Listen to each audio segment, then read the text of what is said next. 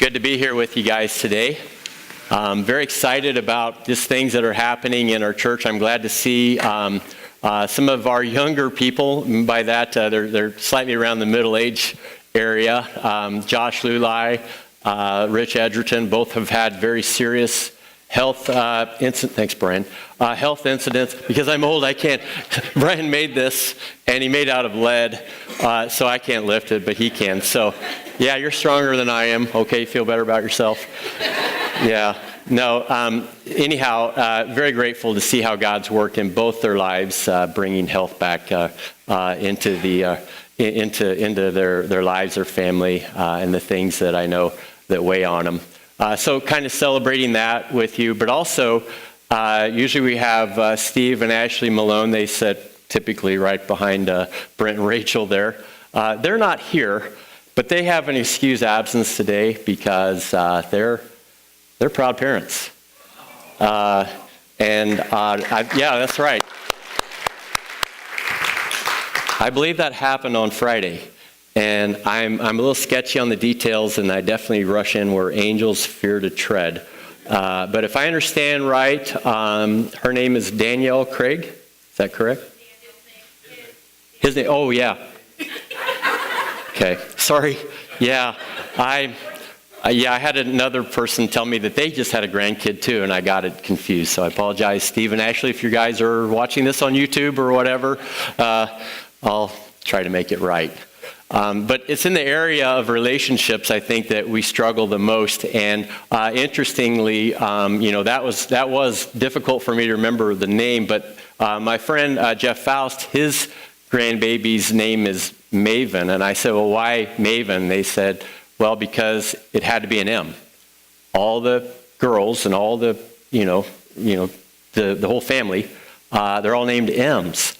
I said, "Really?" I said, "That's kind of surprising because we have that same thing going on in our family. My wife's name is Mandy, her sister's name is Mara, her niece's name is Marin, and of course our daughter's name is Mayim." And I'm like, "There's a pattern here, isn't there, honey?" And she said, "Yeah, there's a pattern here. There's been one a long time. This is important." Once she sort of drove that point home, I said, because I thought when we met in college, she was after me for good looks and all that stuff. And she said, "No, none of that. When I introduced myself to you and I asked you what your last name was, and you said Moore, you're like, I'll take that one." Because she wanted to get over on her sister by having M. And if it's Moore, it's like, yeah, more better, Mara, which is a whole thing I stay out of. But isn't it interesting how our minds work when it comes to what's important and what's not? And as God is looking at you and I, He's saying there are important things and then there are not so important things that will make this relationship work between you and I. And one of the things that we are challenged by week is trying to figure out what's important to God and what's not important to God, and then making that thing that God desires most central to our understanding of our life with Him. Because like anything, my wife, been married 27 years, celebrated an anniversary last week. And after 27 years, she said, "Honey, this was an awesome anniversary." I'm not going to tell you what I did because then other guys will be saying, "Yeah, you made the rest of us look bad." But I just want to say she was thrilled. And all I can say is, yeah, it took me 27 times to get it right. But as she's looking at me, she said, "Yeah, I've been working on you a long time." But the cool thing that I like about the relationship is, even though I have imperfections, she loves me anyway. And it wasn't like, okay, once you get your imperfections all worked out, then I'll come close. But only when you perfect your character flaws will I consider, being close to you. No, she said, that's where grace is. We love each other despite maybe those things about us that aren't ideal. And if you've ever been down that road, you know that it starts off with literally a honeymoon period where things are coursing through your brain that are the love hormones. and then all of a sudden, about 6 months after, they shut off. And what was once a glass half full, all of a sudden becomes a glass half empty, because the shadowy side of who we are begins to bubble to the top. And people see us in our weaknesses when we have to live together under the same roof day in and day out. And it's a challenge for any relationship, for those aspects of each of us that are our shadow selves, those parts of us that maybe aren't on display publicly, but privately we know these are areas that we struggle in. And God is in the business of helping us in those very areas, not because he just wants to fix us up, but because he knows that those areas get in the way of even better things that he would like to bring into our relationship with him. And in the case of people that we love and live with, better things in how those two people, and if they become a family, how they all relate together. God is in the business of making relationships work. And that's why it's so easy for me to tell you the good news. And the good news isn't, well, if you believe in Jesus, who you don't know, have never seen, and know very little about, and there's a transaction, he'll save you from hell. That's kind of good news, but for a lot of people, not really. They're asking the question, how can I get close to God so that I can become who I was made to be, but struggle with in becoming? And some of us have come to the Lord with relationships that kind of dysfunctional, but the Lord somehow has said, I saved you so that I could continue to save you in all aspects of your being, both your shadow self and the self that everyone else sees. And as I've set it up that way, I want to go into part 2 of this sermon that we're doing on thriving in Babylon, because a lot of us look at what's happening in the culture around us and in an election year and in the politics that are being portrayed on television and online, and we're asking ourselves, wow, this is really jacked up. And I tell my kids, I'm like, I apologize on behalf of every adult who behaves like that. And, you know, they understand. But as you and I look at what's happening on that larger front, we all have homes, we have families, we have things that we want to do and hope for, and it starts to create a sense of fear and worry and anxiety. But when you're in Babylon and those things are happening, there is a way for you and I to thrive. And some of the things that God will do in your life and mine to help us to be healthier, no matter where we're at, is to churn up to the top those things that are getting in the way. And if I had one summary statement for what I want to share based on the story that we're getting ready to look at, and that is our gods, those things that we dedicate time and energy and attention to, those things maybe that emerge in our shadow self, must each die until we find the true God. And God loves us as we are, but he loves us enough not to keep us there. And when he sees us in that non-honeymoon period, all of a sudden, we become very aware that we have insecurities, we have selfishness, we have obsessions, we have things that we want to do that we know aren't of God, and we maybe spend a lot of time and energy on them. Or perhaps we have lesser gods that are good in their own right, but because they're, in our minds, more important than God, they become something that is a form of worship. And I could just go through the list of all the things that are shadowy about us, myself included. And the one thing that I know is that God says, those things are there because somewhere along the way, you haven't put your confidence in me. You haven't trusted me in this area, or you haven't come to understand how I can help you with fear. I can help you with insecurity. I can help you with arrogance. I can help you with those things that you're addicted to. I can help you with your fear of financial ruin or economic insecurity. I can help you with all of that because I am the true God, and I made this world, and I'm larger than this world. There were 3 people who especially got that in the book of Daniel. And in Daniel chapter 3, they understood, and they'd settled in their own minds as believers that their own shadow self, their own gods that they once held up as being important, they realized that they just didn't really stand up to the goodness of knowing the true God. And as they worked that out, they went from people who were from people who were struggling to transformed individuals. And these 3 people were part of a group of people that were taken out of Jerusalem and that whole area of the Middle East that God had declared judgment on because they had put lesser gods in charge of him. And God had said, I'm trying to get your attention on these things. You're not paying attention. You're going to church. You're doing the religious stuff that we set up, but you're not really engaged in the relationship that all this stuff is supposed to create. And God looked at him and he said, I've told you over and over, the prophets have told you, you're worshiping, but you're not even thinking about me. Your mind is somewhere else. And your life is showing the characteristics of those things that you worship. And God finally said, enough, I'm done.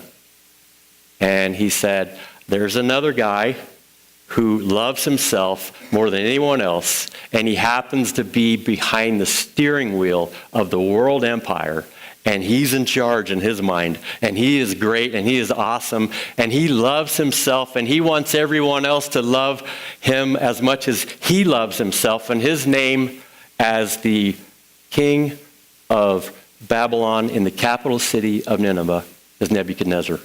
And God said, Nebuchadnezzar is going to come down here, and he's going to take you to the woodshed, and you're not going to like it, and it's going to be hard because, well, you've been indifferent to the relationship that we've had. And I'm still in it. I'm still in it for the long haul. But it's gotten to a point where I just got to give you over to this stuff. And churning up in that judgment were good people and bad people. They were believers, and then there were just, religious people who said they feared God but didn't. Daniel was one of them, Shadrach, Meshach, and Abednego, 3 others, who could have said, God, we didn't do this stuff. We've been worshiping you the whole time. Why are you declaring judgment on all of us? And God said, that's just how it has to work. But take comfort in knowing this.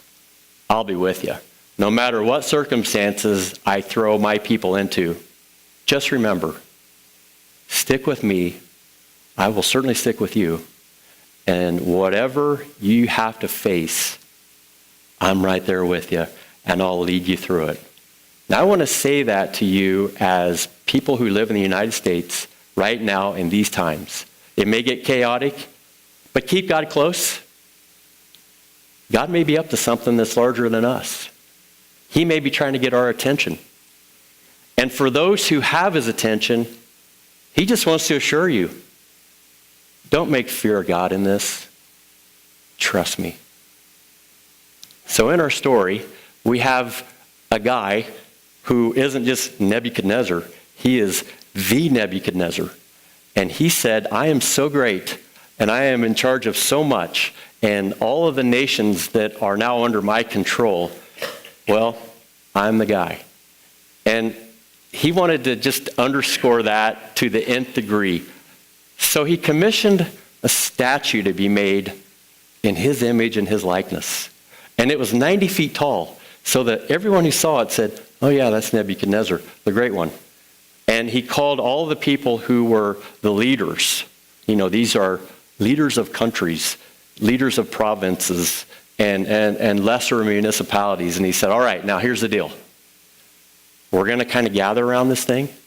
We're going to play some awesome music. And when that music is played, well, it's time to worship.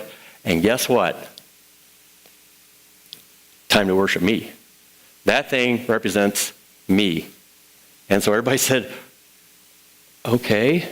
And he said, I know you'll be motivated to do it, because if you don't do it, well, I'll just have to throw you in the fiery furnace. And they're like, oh yeah, we're going to worship you. We're all ears and eyes. Whatever you say, you're the mighty one. And this is the situation that 4 believers found themselves in. This ridiculous scenario of someone who's so self-absorbed that they have no perspective on reality, especially God's realities. Now, everyone else who unfortunately were worshiping the God of fear and who were caught up in the darker self of anxiety and worry about how this was going to impact their lives, God just said, I want to show them something. And I want to show Nebuchadnezzar something. And I'm going to use my people, as I always do, to make it happen. So Nebuchadnezzar made the declaration. And this is what we read in that chapter of chapter 3 of the book of Daniel. I'm just going to pick up partway through. Then the herald loudly proclaimed, nations and peoples of every language, this is what you are commanded to do. As soon as you hear the sound of all that music and stuff, you must fall down and worship the image of God, image of gold that King Nebuchadnezzar has set up. Whoever does not fall down and worship will immediately be thrown into a blazing furnace. Therefore, as soon as they heard all that music, they, from every language, fell down and worshiped the image of gold that King Nebuchadnezzar had set up. All right, so you can imagine Sunday worship was a little different than this worship gathering here. It was a way of just underscoring that He's in control. And God says, my people are in this predicament because they've put other things in control of their lives rather than me. How do you know something is controlling your life? I would say a pretty good way to do it is just to look back on the course of your week and think about those things that you are most passionate about. Those things that you spend the most time doing. Those things that you think about and engage with constantly. And then consider that relative to your relationship with God. And if you're honest with yourself, which is a hard thing to do sometimes, is there something else that's getting in the way? And that something else becomes a part of your shadow self. It's a part of you that's not contributing to who you are in Christ.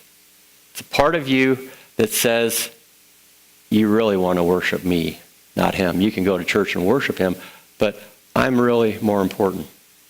And I believe God will churn up in the course of our lifetime here on earth different things about ourselves that he says, we got to deal with this before we can move on. And maybe he's churning something up in your life. And you may be asking, how? And that's really the point of the message title. God will allow us to go through things that are difficult, that are painful, that are really battles at times. And the reason he does that is he wants us to understand that as we go through them, we're going to lean on those resources that we truly feel are going to be most effective to get it through. And a lot of times what we lean on isn't necessarily reflective of the God that we say we're committed to. Some of us may lean on alcohol. Some of us may lean on forms of escapism. Some of us may say, I'm just going to lean on my worry. I'm just going to worry. Some of us look at the news, and then they look at another channel and another channel and another channel. Can somebody give me some good news here? And fear begins to create a sense of paranoia. Bless you. And as that happens, God's saying, where am I at in this? Am I not the God who made this? Am I not the God who called you to be a part of my family? Am I not the God who said, trust me? There were 3 people who said, yeah, God, you've kind of been working on us a long time. We started out in our faith as little kids, and we believe that God is good, and if we behave, we'll be blessed. Kind of a transactional thing. He does this, we do that, we're blessed. And in a lot of ways, God does deal with us that way. But then things start to happen that don't make any sense at all. And we're like, God, I thought we had a deal. I thought there was an arrangement. I thought you were a good God. I thought if I did this, you would do that. And God's like, well, truth be told, relationships aren't transactional, like buying something at the store. You give something, they give you something back. Relationships are actually transformational. And at times, you have to understand, I'm letting you go through stuff, and you're doubting me, which is perfectly fine, because you're wondering if I'm really a good God. And God's okay with that doubt, because what that doubt does is it begins to help us truly process whether or not we are committed to this God or not, that we trust this God no matter what or not. And here's what happens.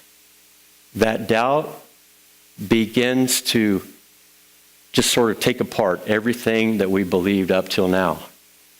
And right now, there are a lot of atheists who said, God just didn't work out for me.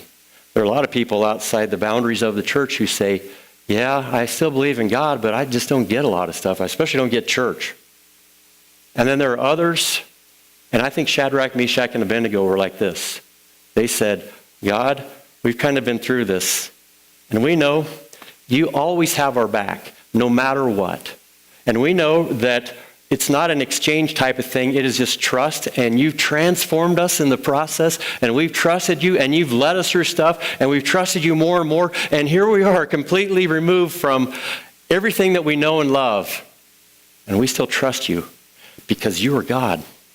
And God said, well, we got some work to do on this guy who has a huge shadow self named Nebuchadnezzar. And I'm going to use you in a way to cast light on who he really is before me. He is not a God. He is not that powerful. Matter of fact, he's only doing what I'm letting him do. But in his own mind, he thinks it's all good. And God does that for you and I. He uses other people to reveal things about ourselves. Have you ever gotten mad at somebody who said something to you that you know was true and it spoke to your shadow self, and you're like, is not. Who do you think you are? Quit judging me.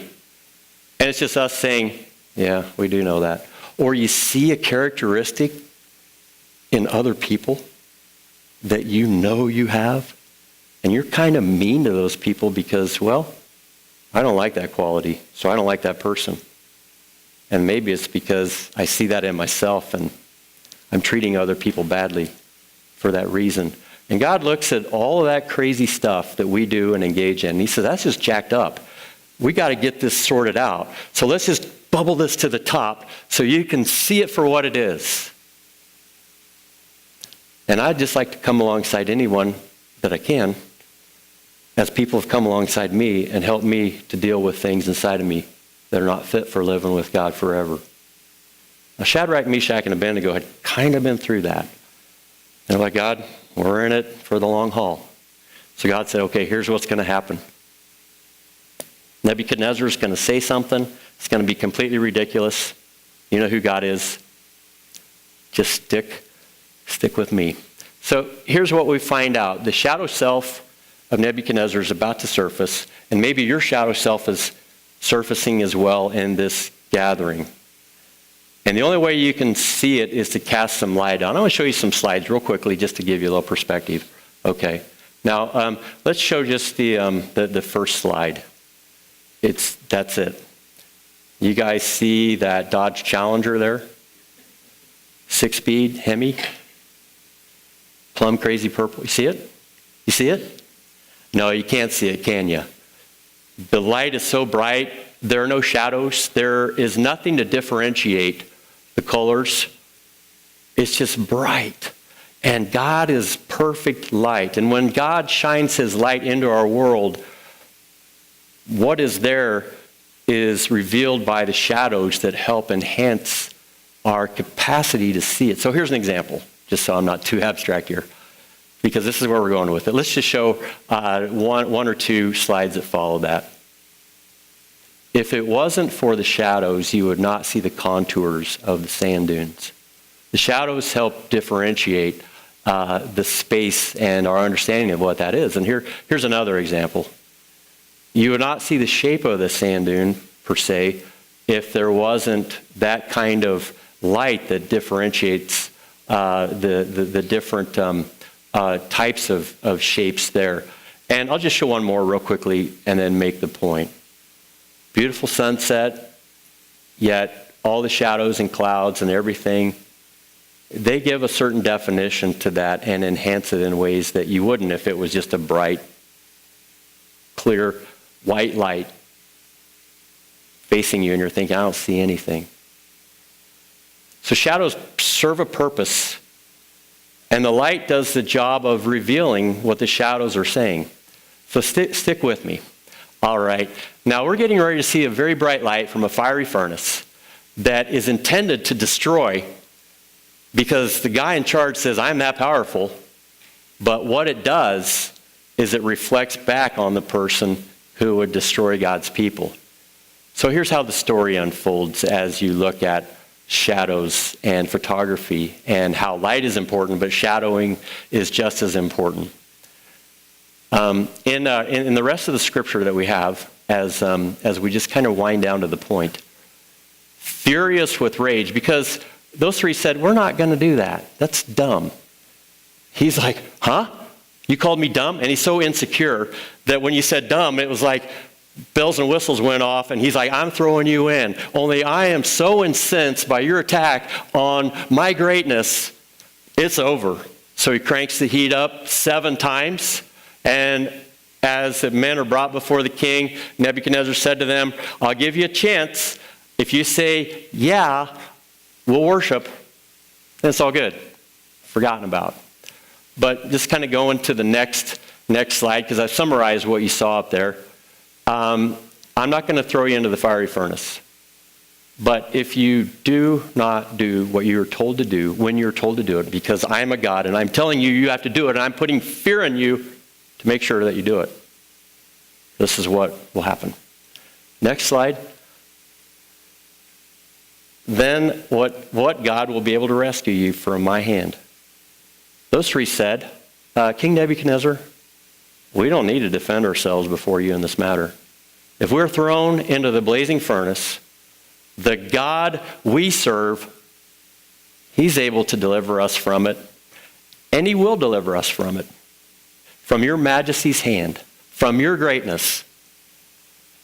Then the clincher is this. This really just rubs salt into the wound. Go on to the next slide.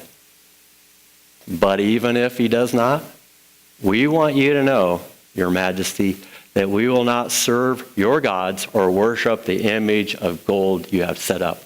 But even if not, we're not doing it. You're not going to intimidate us. You're not going to scare us. We're not going to live in fear. We're not going to cower and worry. We're not going to serve you as a God. We serve one God, and he's in control here. And even if we die, he's still in control of that, because this God is so full of life, and his life is living in us, and we're so full of that life that even if our mortal bodies are destroyed in this altercation, we don't care, because we're still with God even beyond this. Now, is that confidence in the relationship or what? Now, my question to you, how does that differ between us and them? There really isn't any different. God is still the same God. He still loves us in the same way. He still wants us to trust us. And he still wants to assure us that even if things destroy us, they're not really going to destroy us. Because I'm living in you, and you can't kill me. So please don't let those other gods obscure that understanding. So here they are, and it's a standoff. Now here's how it concludes. They crank it up, like I said earlier, and as they do, they're thrown in, and the people that throw them in are actually burned to a crisp as they're doing it. Yet inside that furnace, as it is brightly blazing onto the faces of the onlookers, especially Nebuchadnezzar, it's revealing something. It's revealing, as Nebuchadnezzar looks in the fiery furnace, wait, There's one more. Well, it must be a God greater than me. And he pulls them out, and this is his response. God has revealed Nebuchadnezzar for who he is, as God reveals to you and I who we are. And as we do that, God is so gracious, he doesn't destroy us because we don't comply in some way with being imperfect. Rather, he just loves us. He just continues to love us without any expectation other than we will come close. And you know the thing I notice about coming close to God? Those shadowy aspects of ourselves, myself, yourself, that wonderful light, that wonderful love, it is so powerful that I look at those shadowy things and I say, how did those things even find a place in my attention? When God has been here the whole time and he's wanted to come close and I haven't let him come close, but when I do, wow, what joy, what love, what peace. And those three, they got it. They went from, I'm transacting with you, God, you do this, we do that. If you don't, we don't trust you anymore, to, I worked through all that. You're completely trustworthy. We are transformed people, and we are connected to you. The pure light was blinding to Nebuchadnezzar because it revealed the shadows. And God revealed himself through that light. Now, let's just go to the last part of this story, and then we're done. Okay. The last few verses there, it said, then Nebuchadnezzar said, praise be to the God of Shadrach, Meshach, and Abednego, who has sent his angels and rescued his servants. All of a sudden, the God is now worshiping the God. They trusted in him and defied the king's command and were willing to give up their lives rather than serve or worship any other God except their own. Isn't that strange? Why is he saying that? That didn't sound like him a minute ago. You know why? Because when the truth shines light on our lives, we can't help but say, that's the truth. He couldn't help himself, but he tries to go back into his shadow self again. Even though admitting the obvious, he says this in the next verse. Therefore, I decree that the people of any nation or language who say anything against the God of Shadrach, Meshach, and Abednego will be cut to pieces, and their house will be turned into piles of rubble, but that wasn't invented yet. For no other God can save in this way. I don't make a very good tyrant, so that's probably why God's got me doing what I'm doing. But notice he's saying, I'm still powerful, right? I can do this to you, right? I'm still powerful, right? He's trying to save himself. And I know Shadrach, Meshach, and Abednego are saying, that's pathetic. Is that all you got?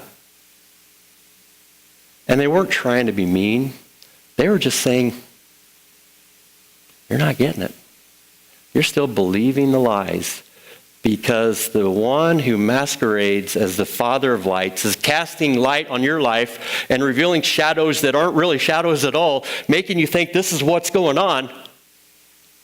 But when the one true God reveals his light from the right angle, it just becomes blatantly obvious. Don't you see it? And he didn't. And as the story unfolds, this really isn't about us trying to make it under oppressive times. This is a story about us seeing God leverage oppressive times for his purposes. And this is really about Nebuchadnezzar and all those people who would worship all those other gods. And for us, it's really about us and our connection to him. And God loves us so much. But some of us have a vision of our faith that if I can just get everything right, if I can, stop doing those things that I need to stop doing, maybe he'll come close. No question that he's working on those things. But the angle he's working at it is from his angle into our lives, as opposed to us working from our angle into his. And the most powerful way he does it is through his Son, who makes the relationship work when it couldn't otherwise, because his Son is filled with grace and truth. And it's that grace and truth, Sunday after Sunday, that we want to share with you, as we know how much he longs for us, each of you, to know him.